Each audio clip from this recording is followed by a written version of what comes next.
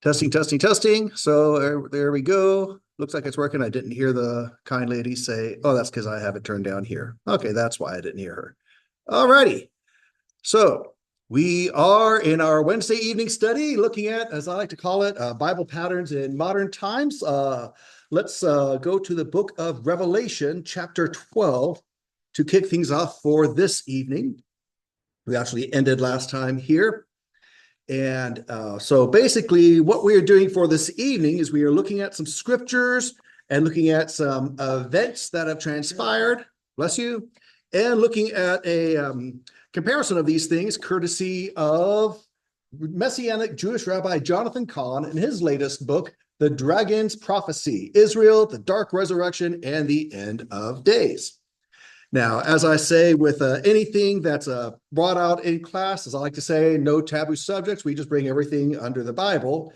So as far as the things we're looking at here, the verses are what they are. The facts of the events are what they are. As far as the connection between the two that Rabbi Khan brings out, you be the judge, and just encourage you to be thinking and coming to your own conclusions here. Don't take his word for anything. Don't take my word for anything. Think about these things. Let's have some conversations and look to the scriptures and hopefully draw a little closer to these things and see what the Lord is working out.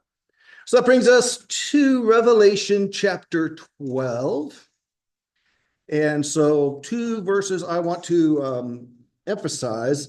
Revelation chapter 12, verse 7, and there was war in heaven, Michael and his angels waging war with the dragon. The dragon and his angels waged war. We can continue.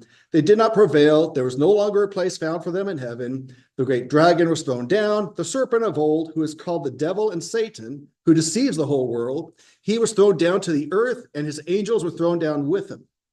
And they would skip down to verse 17, the last verse of the chapter. So the dragon was enraged with the woman and went off to make war with the rest of her children, who keep the commandments of God and hold to the testimony of Jesus. The woman being the nation of Israel that the child Jesus was born into, and of course, those of us as Judeo-Christians holding the testimony of Jesus. So the spiritual war that's been taking place for thousands of years and is still continuing to this day and will be continuing. That's what we are looking at, that kind of Sister Ashley. Sorry, so this verse here is talking about the past. Well, it's kind of interesting. I've got my take on Revelation 12, as with I've seen in other scriptures, there's kind of a telescoping. There are some things that have a short-term application or fulfillment, but then there's a longer-term, more complete fulfillment as well. I see some of this relating to the past, but I see certainly it playing out and being brought to its completion in the future. So Satan, we know, has been originally kicked out of heaven, taking the third of the stars with him. But we also know that there's going to be this final, ticking of the clock where, okay, this is the last hurrah. And that's when he's going to have his final enragement and try to lash out while he can. Of course, he's doing some of that now, as we see. But good question. So there's a little bit of both, I think, we can see playing out there. So let me go ahead and share this. I want to go to number 76. So a quick flashback to where we are, basically going through, as mentioned, our more modern time frame and timeline. So we have looked before this guy, born in 1897, the same year as the first Zionist Congress held by Theodore Herzl in Basel, Switzerland. This gentleman, Amin Effendi al-Husseini, known as the Grand Mufti of Jerusalem. He's the one who really led the anti-Israel sentiment in the Arab world, and in fact was finding himself very buddy-buddy with, and here they are in 1929 protesting things happening there in the land. Here's some other folks. And as we've seen, there he is in 1941 with Hitler. They had a common enemy in the Jews. And so he wanted to kind of partner up with him and have the German Holocaust that was going so well be brought over to the Holy Land as well. Here he is meeting with other soldiers, and there he is with Himmler in 43. Here are some German soldiers reading a translation of his work, Islam and the Jews, Islam and Judaism. And there he is doing the Heil Hitler for the soldiers and all of that. Here's the letter that he wrote protesting after the UN resolution, trying to rally the troops.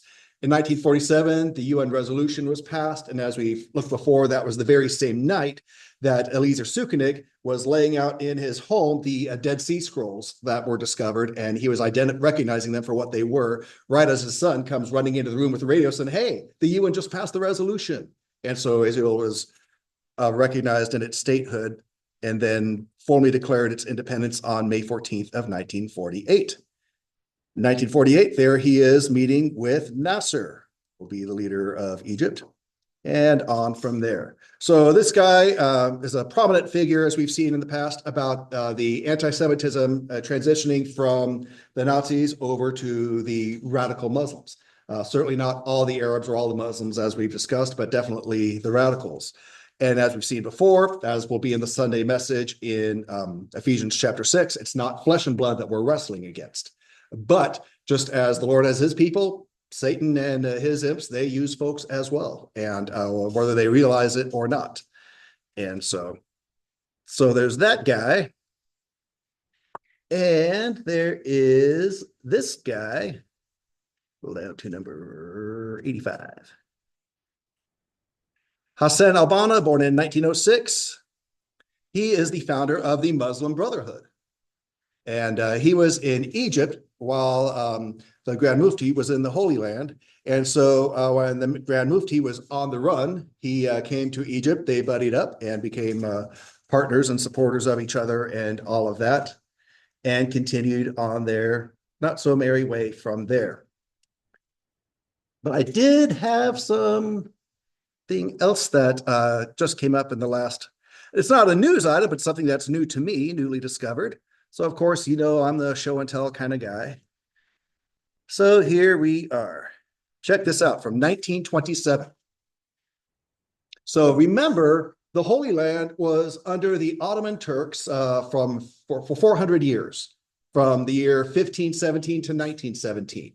1517 was Salim the Grim, conquering, winning the battles and taking the land. And then with World War I, the Ottoman Turks fled and the British took over.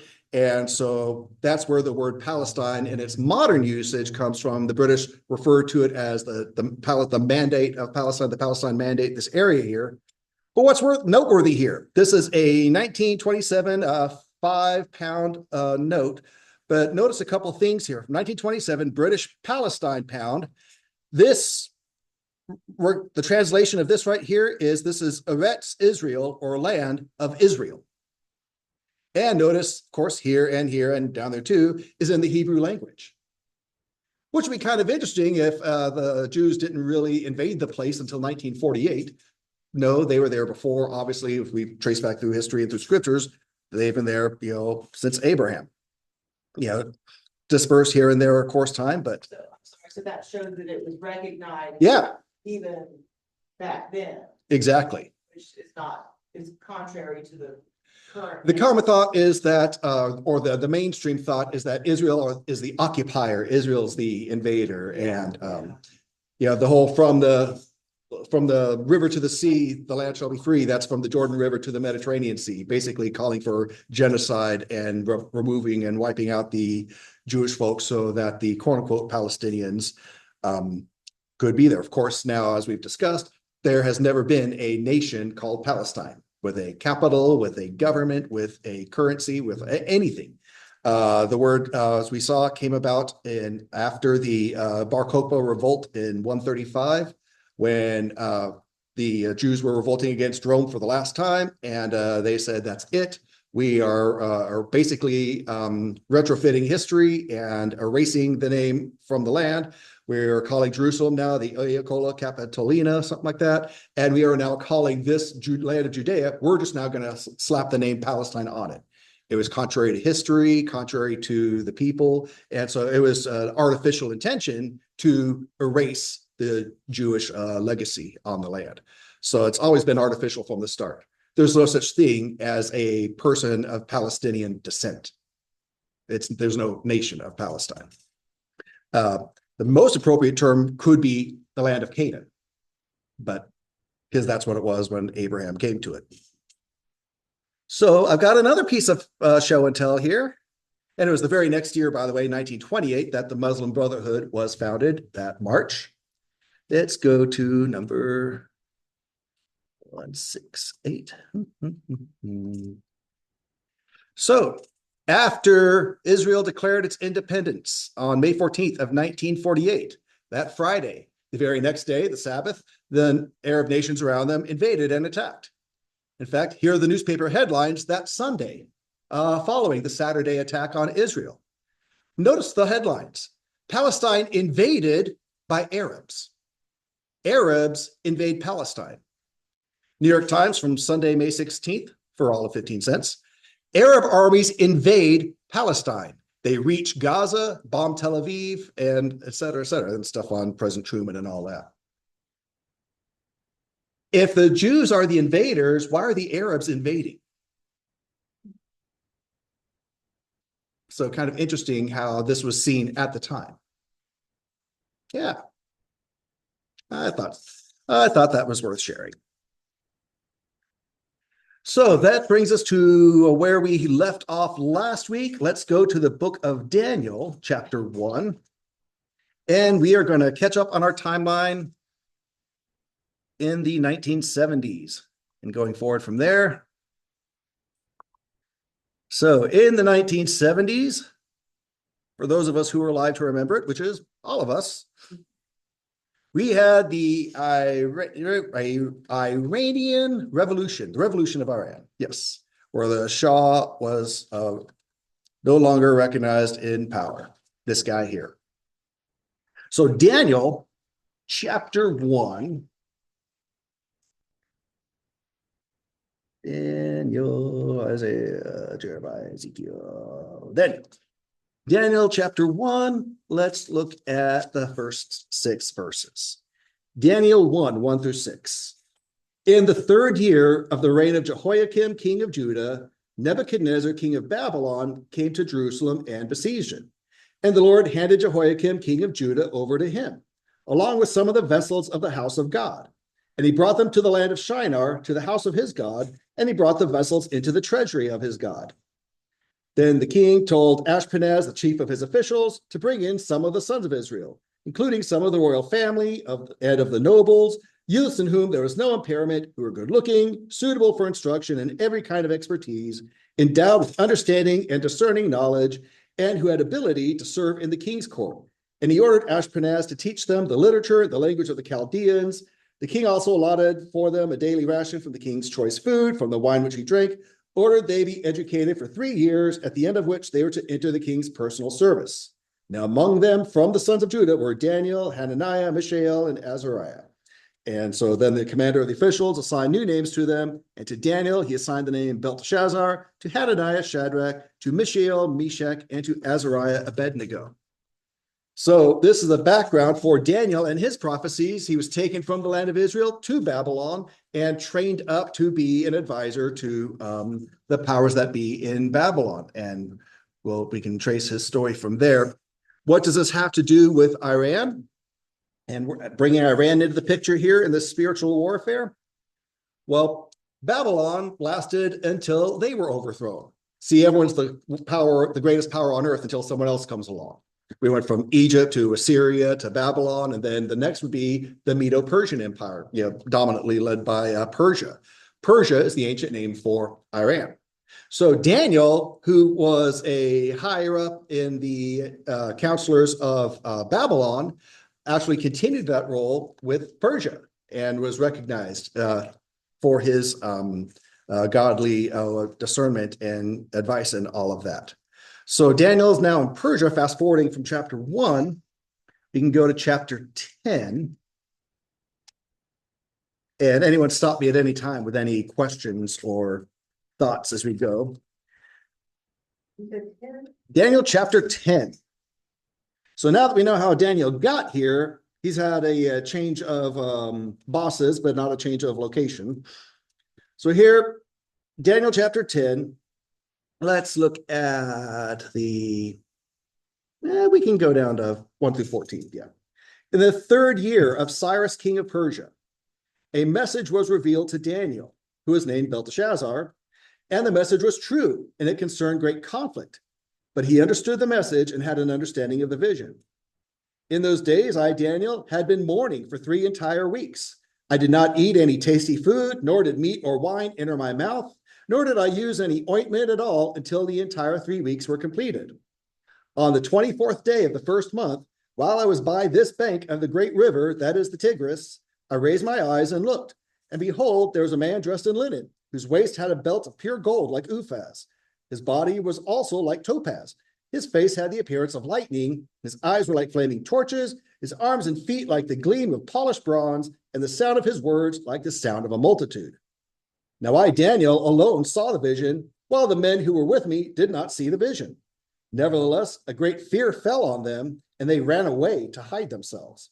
So I was left alone and saw this great vision, yet no strength was left in me, for my complexion turned to a deathly pallor, and I retained no strength.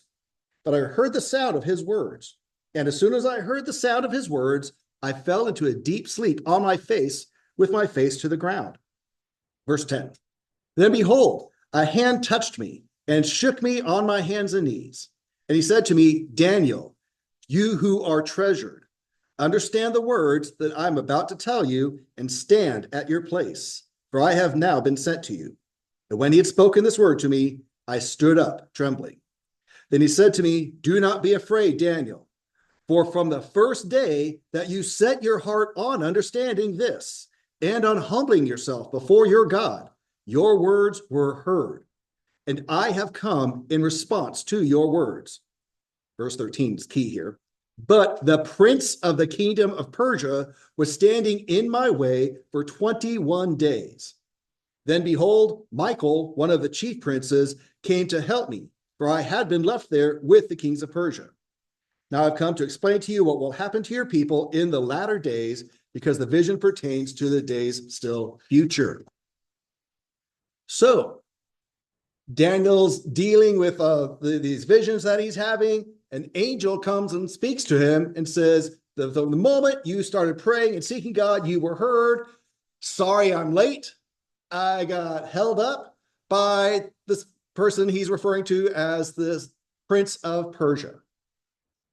So, contrary to the cartoons or the video games, this Prince of Persia character, if this is someone that held up an angel, does it seem likely that this is a literal human being, prince of the kingdom of Persia on the earth there under King Cyrus reigning them? Not to me, no, exactly. So we're talking about a spiritual warfare going on here, and we'll talk more about this as we go.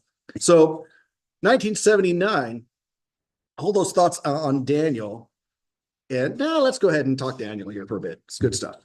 So here's some thoughts from Jonathan Kahn, see what we think.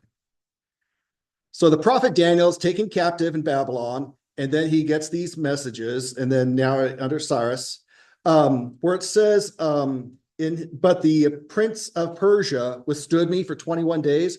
So the angel was held up for 21 days by the prince of Persia until Michael came along and helped. Then he was able to go on over to Daniel. Prince of Persia, in Hebrew, that's Sar Malkut Paras. The word Sar can be translated prince, head, chief, ruler, captain, keeper, steward, lord, or master. Malkut referring to kingdom, and Paras referring to Persia. So this Sar Paras, this prince of Persia, battling against an angel, a spiritual entity, the Sar Paras would be fighting a heavenly angel, would be a demonic angel, or someone, on Satan's side, clearly. And so an observation about the spirit world, spirits don't die. People come and go, spirits are eternal. And so that same spirit is at work. Remember how we referenced in the writings of the Apostle John before Revelation, how he made the statement that the spirit of Antichrist is already at work. And while we can use the word spirit lowercase, while we know the Antichrist was not born at the time that John was writing, he could have been born by now, maybe not yet. That's another discussion. But the word in reference to the spirit of Antichrist, there could be a specific dynamic spirit or Satan himself that is empowering. And we know Satan will empower the Antichrist as he comes. But there's also the spirit or the mindset, the attitude, the thought process, and the intentions that are in keeping with him. And so we who have the Holy Spirit communing with our spirit, we are to also have the spirit and mindset of Christ. And so there's these different applications, but they kind of all flow together. And so the spirit of Antichrist that has already been at work and will be at work when the literal human Antichrist comes. So too, this spirit, this Prince of Persia is still out there having his work. Well, if there were demonic influences in Persia back in the day, what about modern times? And that's where we're bringing it into modern Persia, Iran, and the 1979 revolution. So this guy who was overthrown, the Shah of Iran, Shah Reza Pahlavi, I found it fascinating, just if there's a signature, if anyone cares, or wants to forge a check. I don't think it'll cash. There he is how come everyone looks sweet and innocent as a kid, A little older, flag. He was a twin. There he is, looking excited to have his picture taken. Not really. There he is there, getting older. Let's see. Here he is with FDR. There he is with Stalin. There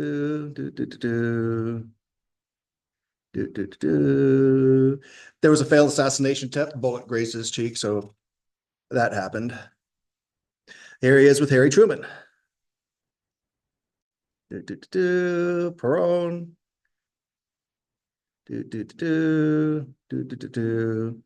What a thoughtful gent lighting his wife's cigarette. So was bad for you, right? Back then, yes. Here he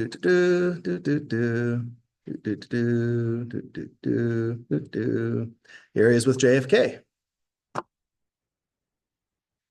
There he is with Brezhnev of Russia and the Soviet Union. Indira Gandhi. Richard Nixon. Sadat of Egypt. Saddam Hussein. Gerald Ford. Yeah. Yeah, right. I actually just photoshopped him in. No. But yeah. And so, guy's been around. And so you get the Jimmy Carter and King of Jordan. And there's his statue being toppled. Here's his wife. Yeah. So in the late 70s, there he is in Mexico. So in the late 70s, there's his tomb, an overthrow of his regime. And there's a car, and classic 70s picture there. Yes, all the flags, and there we go. So let's talk about his the changing of the guard in Iran and in Iran and where we are with here. So under this guy, Shah Reza Pahlavi, Iran and Israel enjoyed friendly relations. But in the late 1970s, the Shah was overthrown. A new and radical Iran was unleashed on the world stage. As the Tsar Peres, the Prince of Persia, seeks to stop the end-time purposes of God concerning Israel, so the new Iran became obsessed with the nation of Israel. It established itself as Israel's nemesis, arch enemy among the nations. It would engage in an unrelenting campaign of opposing, thwarting, warring against the Jewish nation. As the Prince of Persia, the Tsar Peres, ultimately seeks Israel's destruction, so the new radical Iran would do likewise. As we've mentioned before, whether we're talking about the Nazis in Germany or the radical Muslims today, this obsession with the Jewish people seems extreme. It seems out of bounds. It seems beyond normal. And it is. It is a bigger than human hostility and resentment. And it is actually spiritually led, unfortunately, not a good spirit. And so we see that Satan is at war, as was mentioned in Revelation 12, that Satan is going after the nation that birthed the child, the mother who birthed the child, the nation of Israel, and those who take on the name of Christ, so the Christians as well. So this persecution is out there. What does Iran say today? Arian says that about big Satan and little Satan, talking about America and Israel. And so, yeah, going right back to the Abrahamic covenant. Those who are with Israel will be blessed. Those who bless Abraham and his people will be blessed. Those who curse him will be cursed. And so this has been a conflict that's really been going on for thousands of years, just different players through different times in history. So any initial reactions, questions, thoughts, or memories from that time of this all happening and kind of seeing the spirit behind the scenes? No, the news that the Shah of Iran was going to be coming to the United States. Yes. I believe that the time it was for some kind of medical. Yes, he had cancer.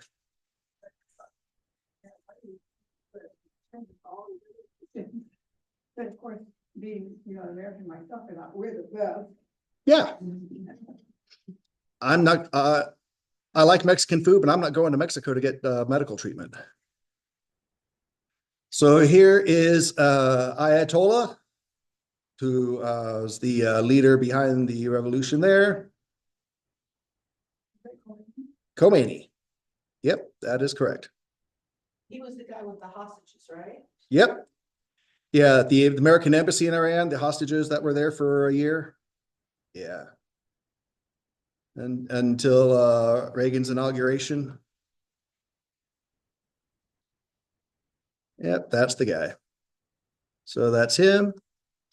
And then we have, yeah, the Iranian Revolution here. Okay, we're not going to go into some of those things are a bit graphic, so we get the idea. So some further thoughts. Again, don't feel like you have to agree with him or me on these things. Just consider these thoughts and let's see what we think. Some further thoughts on all this. As demonic spirits possess and use others as their vessels, agents, and proxies, so the Saparos-driven Iran would likewise use others as its instruments, agents, and proxies. As demonic spirits use others to inspire terror and fear, so radical Iran would become a terror state, sponsoring terrorism around the world. So let's close this here for a second and let's see. That's a good stuff. Okay, so not looking at Afghanistan at the moment, but so here's Iran right here. And there's Israel way over here. So Iran would subsidize and facilitate terrorism, radicalism, and anti-Israel hatred in Iraq, which is right here, in Lebanon, which is a little north of Israel, right there before Syria, Bahrain, which is right there, Yemen, which is right here. You've heard about the Houthis and all that stuff. That's all right there. Pakistan, right here, and Syria, right there, among other nations. Iran would fund, train, and support the terrorist organization Hezbollah in its relentless war against the Jewish nation. So just as Satan uses others to accomplish his work, so too the Prince of Persia, this Tsar Paris, this demonic spirit of influence, is through Iran using others as well to accomplish their ends. Another thought here, just again on a spiritual zoom out. Demonic spirits seek death and destruction.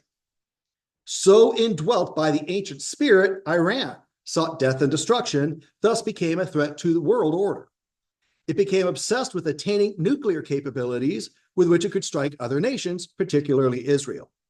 Massive efforts were undertaken on the part of nations in an attempt to reduce the danger Iran posed to the world.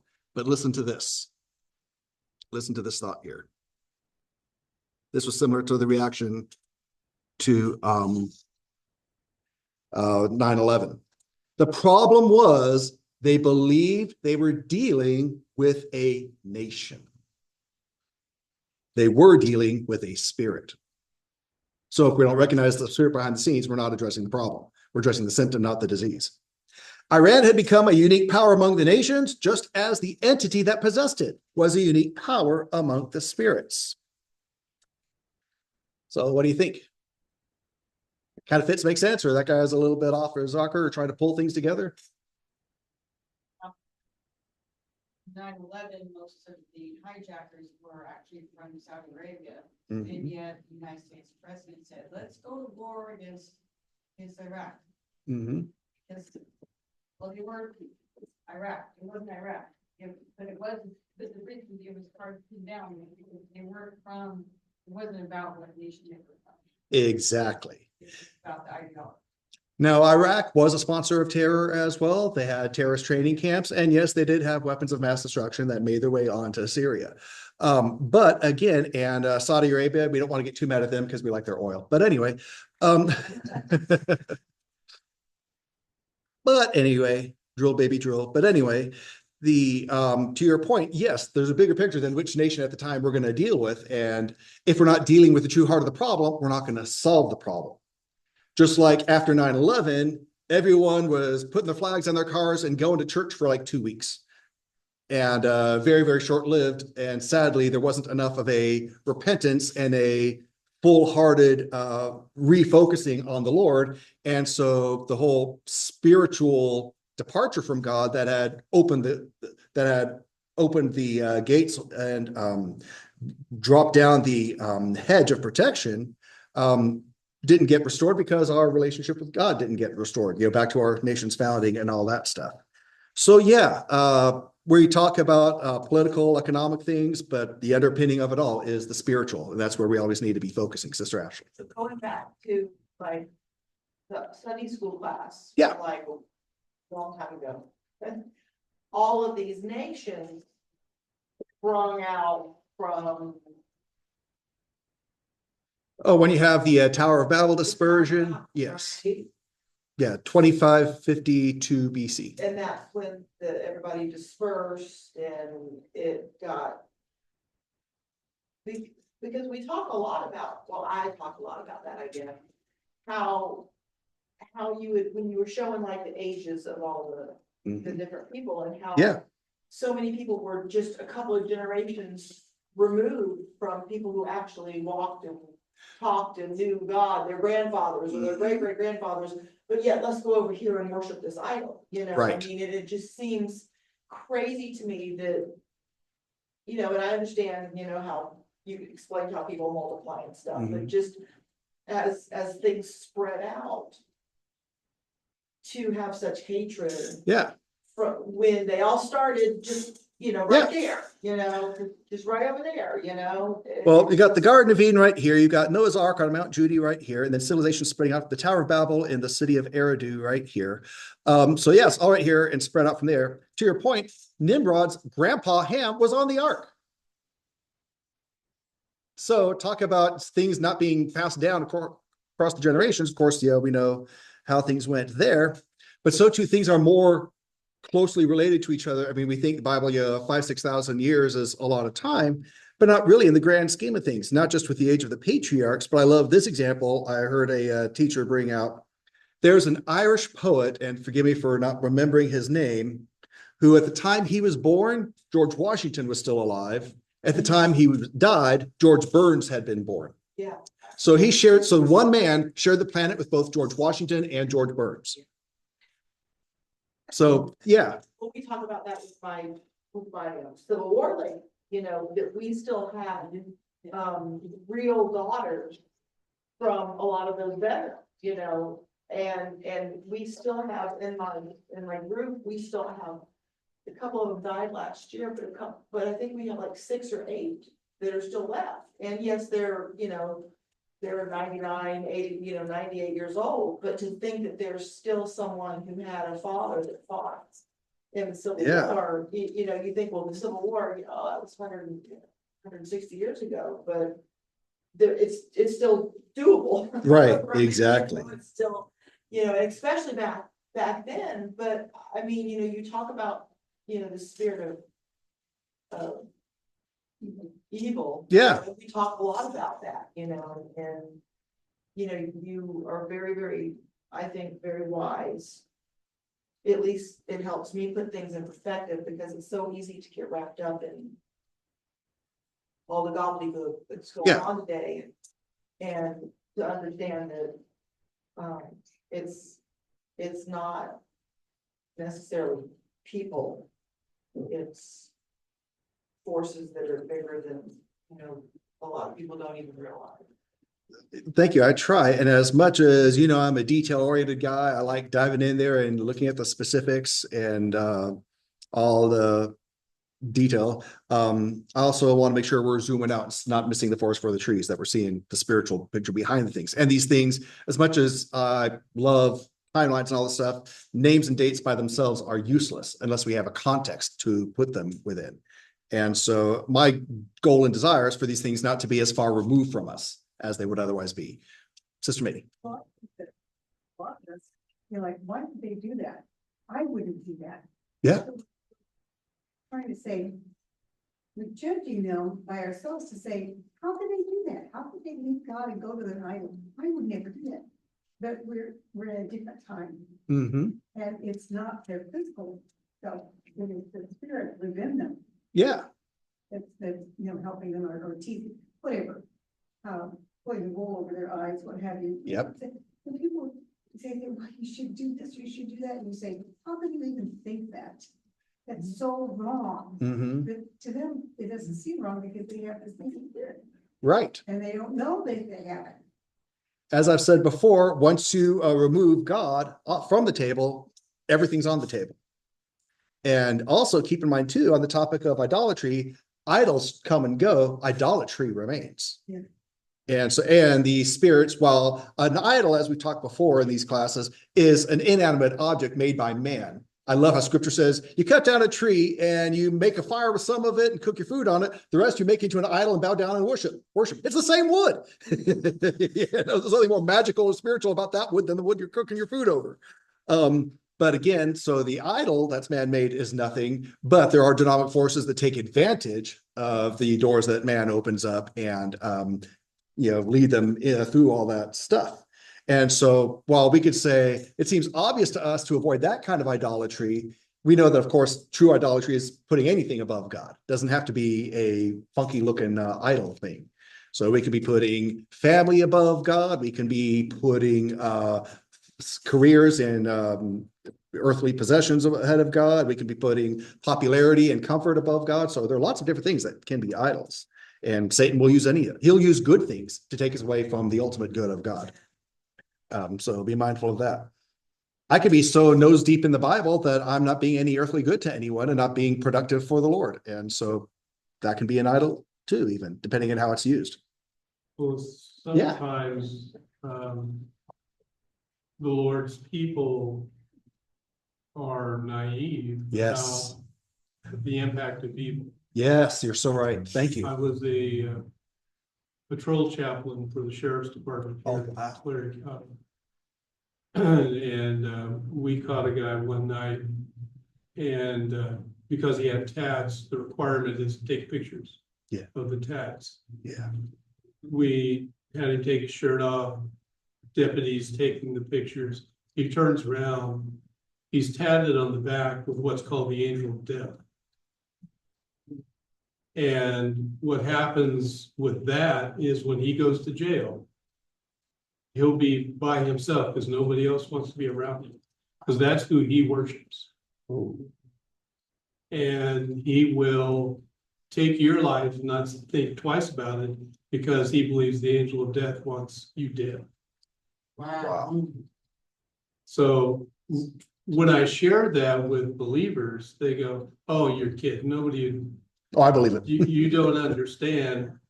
Evil is real. Thank you. Yes. Yes. We are to be aware, but not, what's the word I want to use? We are to be assured of the good. And we'll talk about Michael here in a second, but we are to be also aware. Why is the serpent's innocence as doves?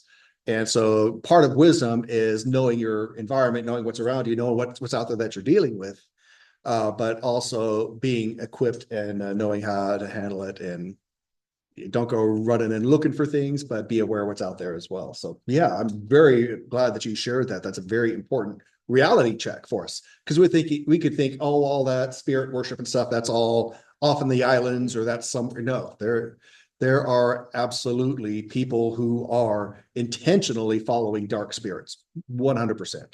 And they're among us out here.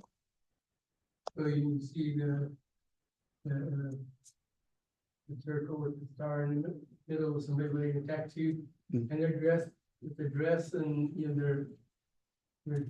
got this image. That means they're worshipers, they're worshipers of witchcraft and stuff. That's one possibility for that. I don't know the specifics of each case, but that sounds like that could very possibly be what's going on. And I see there's people around town that have that, little circle with the star. Mhm. I'm like, kind of like watch them, and there's some different, yeah. And keep in mind too, there are lots of different religious beliefs out there outside the Judeo-Christian mainstream, and there's some that are not quote unquote evil. They're evil in that they're not of God, but they're not evil as far as inflicting harm. And some of their worshipers, tattoo themselves and all that, then they're not on a mission to cause harm. Then there are others who are absolutely hell-bent on evil, to use the phrase. And so, yeah, so good to be aware of that stuff. But good news, we got folks like Michael on our side, as mentioned in Daniel. So Michael, or as the Hebrew would pronounce it, Michael, the chief prince, great prince who stands for the children of your people. Beautiful stuff from Daniel 12 there. So we've got the Tsar Paris, the prince of Persia. We have Michael as the Tsar Yisrael, one of the angel princes of the Lord's people there. So good to have angels on our side and to make sure we're staying on their side. And so that brings us up to 1987, which we will actually get to next week with the first Intifada, the birth of Hamas, and a quick touch on 9/11. And then we'll be right into a quick touch in 2007 with the Hamas elections in Gaza. Then we'll be right up to 2023 and the attack that happened, and going from there as we're getting ready to, when we're caught up on that, head into Revelation, pick up where we left off in chapter 6 and go forward through the rest of the book there. The one quick preview I do want to leave you with that will relate to all of this. I find this pretty significant. We talked about the end times and the Antichrist setting himself in the temple and all that stuff. Well, it sounds like there needs to be a temple, and there are efforts to get a temple, or thoughts. And not only are there folks who want to see a temple, there are some folks who very much do not want to see a temple. And so there are some folks who are threatened by the thought of a temple. And so we will talk about that as we go. But I did want to give a little teaser right here. 2022 from Texas to Israel, red heifers needed for the temple arrive. 5 red heifers made it to Israel from Texas. Yeah. And so they have to have the ashes of the red heifer to purify their bodies before they can perform temple service. And so I thought that was spiffy. Let's see, where is it? One quick thing here. It said that they, after their 3rd year, they can be sacrificed, and then their ashes. The ashes of the original red heifers lasted for a long time for the first temple. And then they did it again for the second temple after that was destroyed. But after their 3rd year, they can be sacrificed and their ashes made available. Well, they brought over in 2022, 23, 24, 2025. So let's see if anything happens. But yeah, so we'll talk more about that when we get there. But red heifers. Yes. My cousin raised those. My cousin raised Santa Cruz. That's what it was. Oh, okay. It's actually the only breed of cattle created here in the United States. Wouldn't that be something? It's very amazing. Well, then how many happened in Bible times? Well, we're making them from So something. their cattle were not Santa Cruz, of course. Yeah. Their cattle probably were half that size. Right. But wouldn't that be something? Yeah. Something uniquely American ended up being something that was. Yeah. For, something that was biblically. No, the Jews are very anxious to get back to the sacrifice to God. Yep, exactly. There was a little video clip, but it's not pulling up, so. There it is.